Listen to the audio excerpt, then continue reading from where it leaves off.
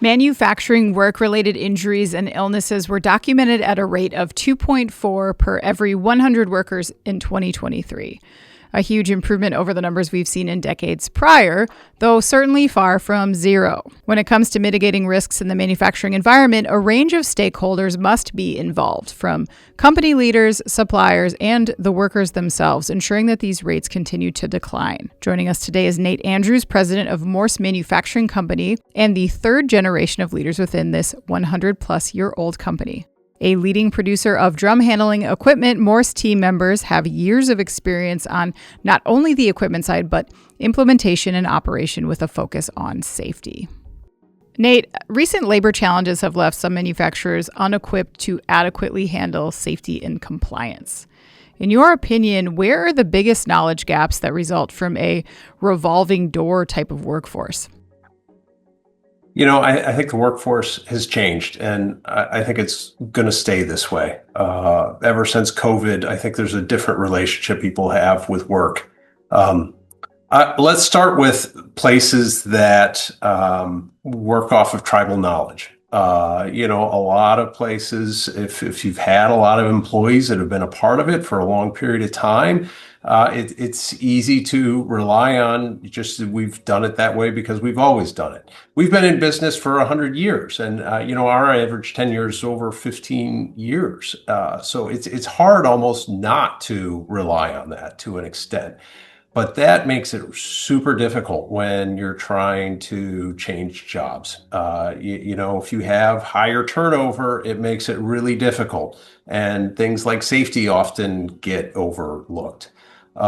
Even for places that really focus on and have a good onboarding program, they work on, work instructions, OSHA training, right to know that it often focuses on routine jobs that they do and frequently overlooks things that are more intermittent.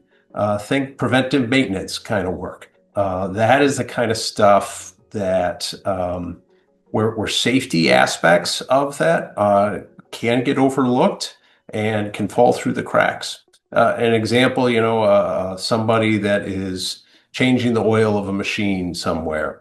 They, have specs laid out and job instructions, how to do it, what the amount of oil or whatnot. But then the operator goes and gets a drum and they got to move it over there, and they weren't trained on how to do it. That's often the kind of stuff that gets overlooked in to your point, the kind of revolving job door that we're living through today. Mm-hmm, yes.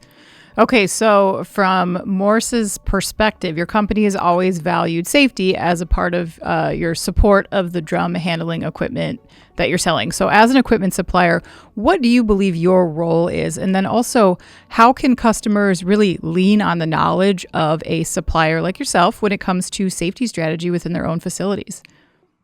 We are the world leader in drum handling equipment, and therefore we're the world leader in drum handling safety. And I think it's incumbent on manufacturers to own that responsibility, to truly be and to share what that safety record should be. We have an exhaustive amount of information on our website, which is a great place to go and look. But let's face it, the internet is changing rapidly right before our eyes. You used to just do a Google search and find out quickly how to handle a piece of drum or a lift table or whatnot for material handling equipment. But today's results are so vastly different than they were just 5-10 years ago. People are relying more on AI searches to handle that. We're investing heavily in blogs and whatnot to maintain and to keep our authority with respect to drum handling safety in the marketplace. It's a challenge to get authentic information, and I think the manufacturers need to own it and step up. We sell exclusively through a dealer network. I think that plays a role too.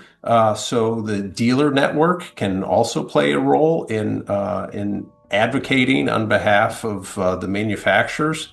what the right and proper way to handle drums or whatever safety mechanisms need to be in place. Yes, definitely. Okay, one last question. When it comes to drum Yeah. handling, what are some basic measures a company can undertake in order to stay safe? So, good first steps that you always recommend to your customers.